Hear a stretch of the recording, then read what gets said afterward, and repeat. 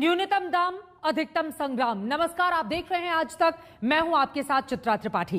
प्रधानमंत्री नरेंद्र मोदी ने संसद से लेकर अपने संसदीय क्षेत्र वाराणसी तक जाकर किसानों को भरोसा दिया कि उनके हितों से रत्ती भर भी किसी भी तरह का कोई समझौता नहीं किया जाएगा। उन्होंने गंगा जल की सौगंध देकर अपनी बात कही, लेकिन किसान अपने आंदोलन से पीछे हटा तो दूर, उसके आगे बढ़ने में लगातार वो जुटे हुए हैं। दिल्ली के हर चौखट पर खड़े किसान सत्ता का दरवाजा खटखटा रहे हैं और उनका आंदोलन लगातार यही मांग कर रहा है, इसी पर टिका हुआ है कि एमएसपी की उन्हें गारंटी मिले।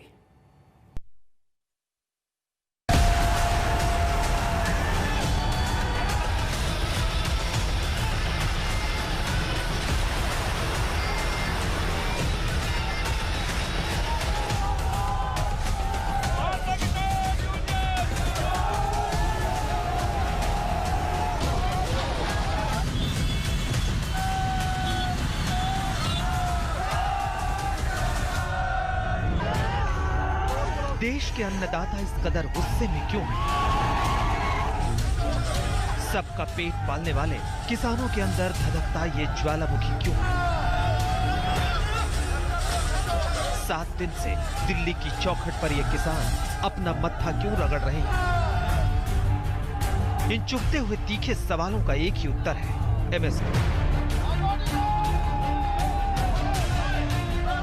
यानी मिनिमम सपोर्ट प्राइस, यानी न्यूनतम समर्थन मूल्य। अपनी फसलों के लिए न्यूनतम समर्थन मूल्य की गारंटी मांगने ये किसान अपने खेत खलिहान से उठकर दिल्ली वाले हुक्मरान के दर पर चले आए। कानून को रद्द किया जाए और एमएसपी सरकार की जिम्मेदारी है और सरकार अपनी जिम्मेदारी से पैर पीछे नहीं हटा सकती। सरकार जवाबदेह है, हर फसल पे, हर मुद्दे पे सरकार की जवाबदेही है। हम यहाँ बैठे, हमें मजबूर किया है कि सरकार ने, तो हम सरकार से बेनती करते हैं, आप हम पैर पीछे मत खींचे, ये धरना चलता रहेगा। ये मुक्कन वाला नहीं लंगर ते उदों तक चलेगा ਜਦੋਂ तक कोई फैसला ना होया, ਜਦੋਂ तक कोई फैसला ना होया ਉਹਨਾਂ ਚਿਰ चलेगा। इस तो भी ज्यादा होएगा, संगतां भी होर ज्यादा होंगियां। अपने कानून ये वापस लेंगे तभी यहाँ से हम वापस जाएंगे, क्योंकि किसान इतना परेशान है, ना तो गन्ने का पैसा मिल रहा है, ना हम लोगों का धान बिक रहा है। यूपी में 800 में धान बिका है, 800 से लेके 1000 तक धान बिका है। अपनी फसलों के लिए ये न्यूनतम समर्थन मूल्य ही है, जिसके लिए 3 राउंड की बातचीत के बावजूद सरकार इन किसानों को मना नहीं पाई। जिस कृषि कानून को सरकार किसानों के लिए नई जिंदगी का हलफनामा बता रही है, उसको किसान डेथ वारंट बता रहे हैं, क्योंकि उसमें एमएसपी के लिए कोई जगह नहीं बनी। तो हमने कहा कि किसी हालत में हम धरना नहीं उठाएंगे, धरना नहीं उठेगा। प्रदेश से लोग आ रहे हैं, ये 3 अध्यादेश डेथ वारंट है, इसको आपको वापस लेना होगा। आखिर ऐसा क्या है इस एमएसपी में जिसके लिए किसान रत्ती भर पीछे हटने को तैयार नहीं, जबकि प्रधानमंत्री नरेंद्र मोदी ने किसानों की इस आंदोलन के बीच ही कहा कि एमएसपी तो कायम रहेगी। घोषणाएं होती थी, खरीद नहीं होती थी। सालों तक एमएसपी को लेकर छल किया गया। हमने वादा किया था कि स्वामी की सिफारिश के अनुकूल लागत का 1.5 गुना एमएसपी देंगे। ये वादा सिर्फ कागज पर ही नहीं, ये वादा हमने पूरा किया। लेकिन किसानों की अपनी चिंता है, उस चिंता को उन्होंने कृषि मंत्री से बातचीत में जाहिर कर दी थी। किसानों को लगता है कि अगर एमएसपी पर कानूनन भरोसा नहीं मिला तो देर सबेर यह खत्म हो जाएगा। अगर सरकार ने भविष्य में खरीद कम कर दी तो किसान निजी कंपनियों को फसलें बेचने जाएंगे। अगर एमएसपी तय नहीं होगी तो निजी कंपनियां मुनाफा बढ़ाने के लिए एमएसपी से कम पर अनाज खरीदेंगी। किसानों को लगता है कि सरकार निजी कंपनियों पर ये शर्तें थोपना नहीं चाहती। अगर एमएसपी का प्रावधान कानून में जोड़ दिया गया तो किसानों पर निजी कंपनियों की मनमानी खत्म हो सकती है। एमएसपी किसानों को भरोसा देता है कि उनके फसलों की कम से कम कीमत तो तय है। किसानों को लगता है कि एमएसपी के खत्म होने से वो सोशल सिक्योरिटी खत्म हो जाएगी। इसीलिए किसान जाड़े पाले की रात खुले आसमान के नीचे काटकर भी सरकार से एमएसपी पर भरोसे की मुहर चाहते हैं। एमएसपी से कम पे खरीदना हो। जितने भी काश्तकार हैं इसी एक ही बात पे अड़े हुए हैं कि जब तक ये कानून वापस नहीं लिया जाता हम लोग यहाँ से वापस नहीं जाने वाले, क्योंकि जो भी इसमें कानून इन्होंने पारित किए हैं वो किसान विरोधी हैं। हमारे किसानों के अधिकार उसमें ख़त्म हो जाते हैं। जो कारपोरेट सेंटर हैं उनको बैठाया जाएगा। एमएसपी ख़त्म की जा रही है। एमएसपी ख़त्म होने की वजह से अभी से इसी साल से इसका असर दिखाई देना शुरू हो गया। दूसरी तरफ सरकार ने कानून में बदलाव के लिए या एमएसपी को कानून से जोड़ने के लिए कोई वादा तो नहीं किया है, लेकिन बार बार किसानों से उसकी बातचीत सरकार की संजीदगी को दिखाती है। अब तक 3 दौर की बातचीत हो चुकी है, लेकिन बात नहीं बनी। अब नजरें गुरुवार पर है कि उसमें क्या होगा। वैसे इससे पहले आज तक से एक्सक्लूसिव बातचीत करते हुए कृषि मंत्री नरेंद्र सिंह तोमर कह रहे हैं कि एमएसपी पर सरकार समझौता कहां कर रही है। जो विपक्ष के लोग आज कह रहे हैं, मैं उनसे पूछना चाहता हूं, आप तो इतने वर्षों तक राज किए, तो आपने एमएसपी के लिए कानून क्यों नहीं बनाया? कुछ चीज़ें ऐसी होती हैं जो प्रशासकीय निर्णय के द्वारा की जाती हैं, हर चीज़ के लिए कानून नहीं बनाया जाता। सरकार कह रही है कि बिना कानून के ही एमएसपी मिलती रहेगी।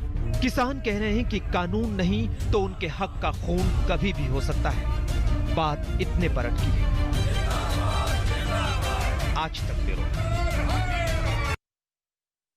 किसान अड़े हुए हैं, वो मानने के लिए तैयार नहीं। सरकार की ओर से बार बार भरोसा दिया जा रहा है, लेकिन फिर भी उनके कदम पीछे हटने को तैयार नहीं है। उनकी सबसे बड़ी मांग है न्यूनतम समर्थन मूल्य यानी कि एमएसपी। इसको लेकर गारंटी दी जाए। इसको लेकर किसान किसी भी नरमी के मूड में तो दिखाई नहीं दे रहे हैं। अब सवाल यह है कि आखिर क्या है ये एमएसपी? क्या है ये एमएसपी वाला डर जो किसानों को आंदोलन के लिए कर रहा है मजबूर?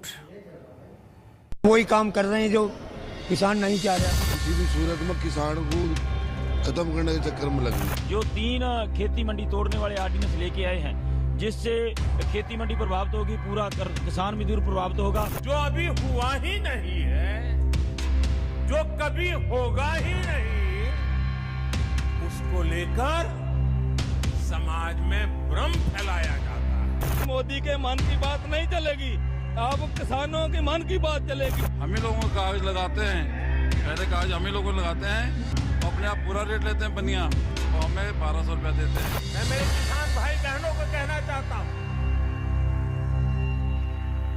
और माँ गंगा के घाट पर से कहना चाहता हूँ, काशी जैसी पवित्र नगरी से कह रहा हूँ, अब छल से नहीं, गंगा जल जैसी पवित्र नीयत के साथ काम किया जा रहा है। पीएम मोदी समझा कर थक गए, लेकिन किसान मान ही नहीं रहे। किसान इसी बात पर अड़े हुए हैं कि न्यूनतम समर्थन मूल्य से कम कीमत पर खरीद को सरकार अपराध घोषित करे, सरकार एमएसपी पर सरकारी खरीद जारी रहने की लिखित में गारंटी दे। लेकिन सरकार ये बात लिख कर देने को तैयार नहीं है। इस बात का इशारा तो सरकार ने किसानों से मुलाकात के पहले ही कर दिया था। समाधान करने के लिए चर्चा करने को पूरी तरह तैयार है। हम देखते हैं, बातचीत होगी। उनका प्रस्ताव आए ना, तब विकल्प की बात तो बाद में उठती है। अभी बैठक में बातचीत होगी, बातचीत में जो चर्चा में निष्कर्ष निकलेंगे तब बताएंगे। लेकिन बात इतनी आसान भी नहीं जितना किसान संगठनों को लग रहा है। सरकार के लिए ऐसा करना वाकई मुश्किल है। जिसे समझने के लिए ये जानना जरूरी है कि एमएसपी क्या है और कैसे तय की जाती है। एमएसपी वो व्यवस्था है जिसे किसान के आर्थिक हितों की रक्षा करने के लिए देश में लागू किया गया है, जिसके अनुसार अगर फसलों की कीमत बाजार में कम भी हो जाती है तो भी केंद्र सरकार तय एमएसपी पर ही फसल खरीदती है। किसी फसल पर एमएसपी पूरे देश में एक ही होती है। भारत सरकार का कृषि मंत्रालय कृषि लागत और मूल्य आयोग की सिफारिशों के आधार पर एमएसपी तय करता है। इस समय देश में 23 फसलों पर एमएसपी व्यवस्था लागू है, जिसमें धान, गेहूं, ज्वार, बाजरा, मक्का, मूंगफली, सोयाबीन, तिल और कपास जैसी फसलें शामिल हैं। नए कृषि कानून में किसानों की चिंता जो मुख्य तौर पर है वो ये कि सरकार ने अभी तक लिखित में ऐसा कोई आदेश जारी नहीं किया है कि फसलों की सरकारी खरीद जारी रहेगी। हालांकि सरकार के मंत्रियों की तरफ से एमएसपी जारी रहने का मौखिक आश्वासन दिया जा रहा है। प्रधानमंत्री मोदी ने भी ट्वीट कर किसानों को समझाया था और कहा था कि एमएसपी की व्यवस्था जारी रहेगी, सरकारी खरीद जारी रहेगी। हम यहाँ अपने किसानों की सेवा के लिए हैं। हम अन्नदाताओं की सहायता के लिए हर संभव प्रयास करेंगे और उनकी आने वाली पीढ़ियों के लिए बेहतर जीवन सुनिश्चित करेंगे। लेकिन आंदोलनकारी किसान मानने को तैयार नहीं। वो एमएसपी पर सरकार के लिखित आदेश से कम पर समझौता करने के मूड में बिल्कुल नहीं।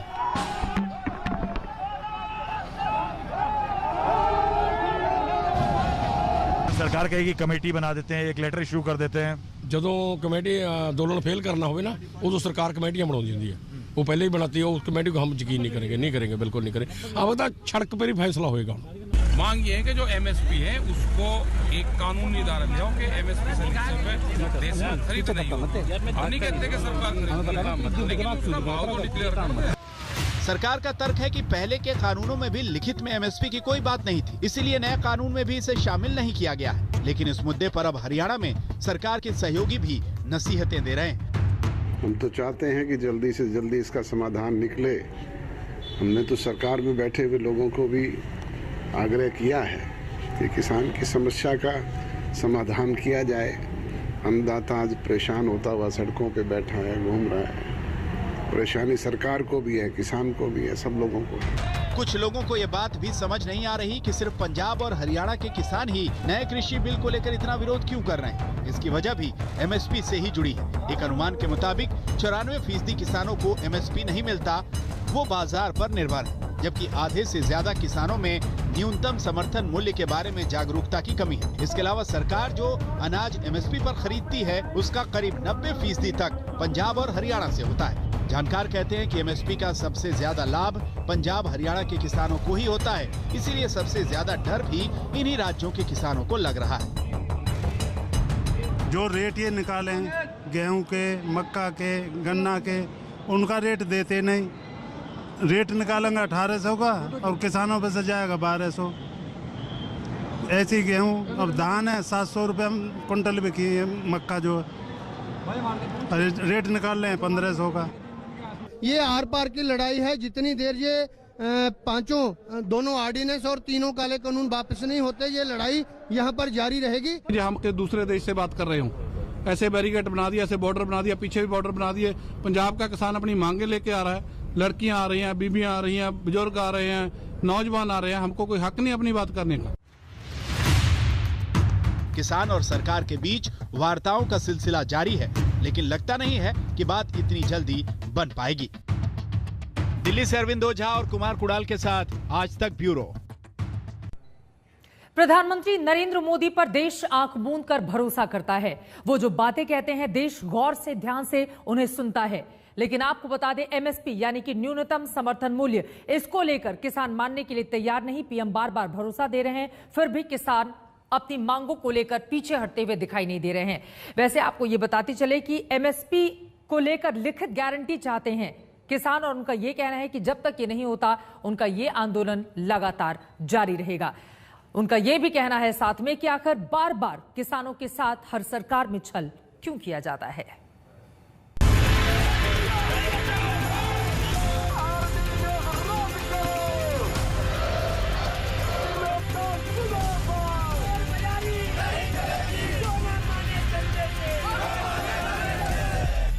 हमारी सरकार तो मंडियों को और आधुनिक बनाने के लिए, मजबूत बनाने के लिए करोड़ों रुपए खर्च कर रही है।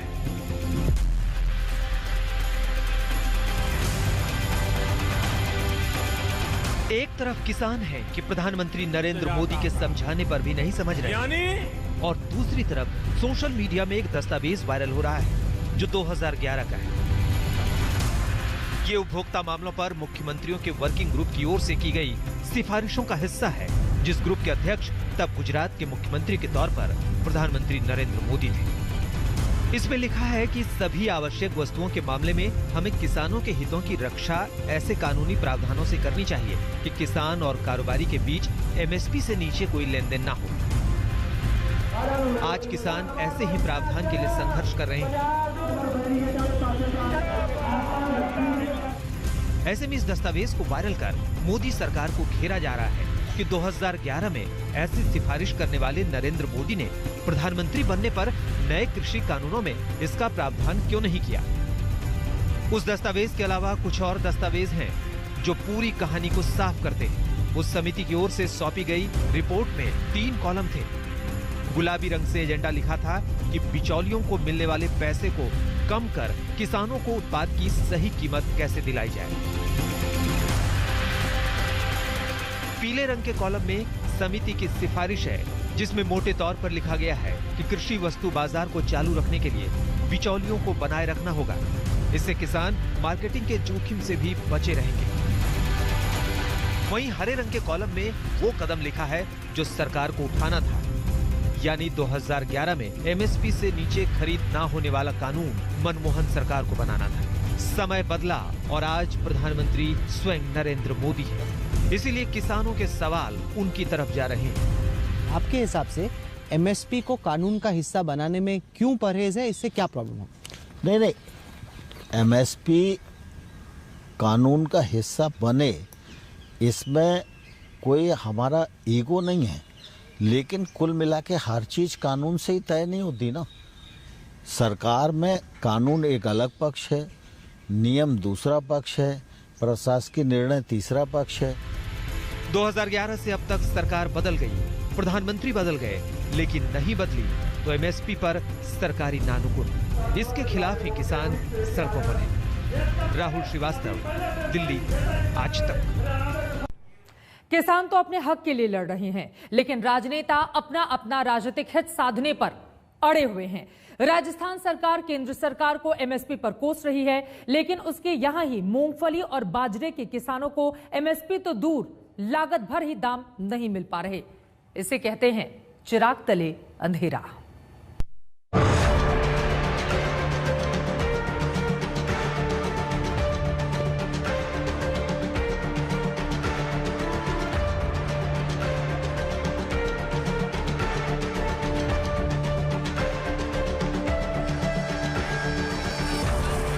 जयपुर की उकड़खेड़ा की इस मंडी में ये किसान 350 किलोमीटर दूर जोधपुर से अपनी मूंगफली लेकर पहुंचे हैं, लेकिन यहाँ भी उनको कीमत वो नहीं मिल रही जिसकी आस में वो जयपुर पहुंचे।